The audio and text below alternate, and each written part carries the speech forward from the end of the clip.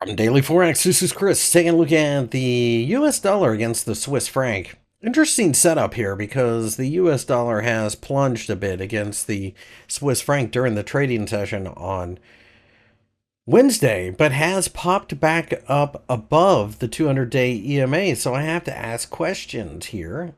Will the pullback turn around?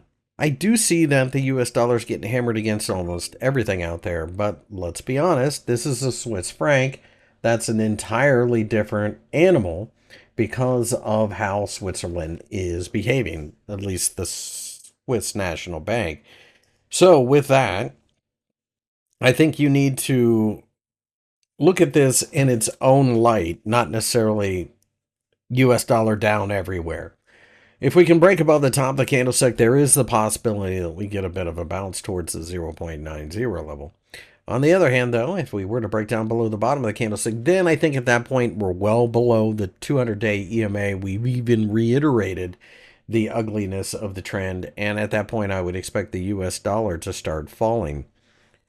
That being said, I do recognize that the interest rate differential is still very strongly in favor of the US dollar, despite the fact that we have seen the bond markets just tear apart interest rates in America.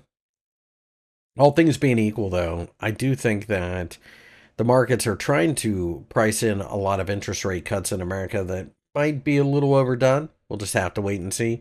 But one thing is for sure, Switzerland will have very tiny interest rates, and it would take a significant move by the Americans to make those things somewhat equalized. So I do watch the upside. If I see the US dollar falling here, I would rather short the dollar against a stronger currency than the franc.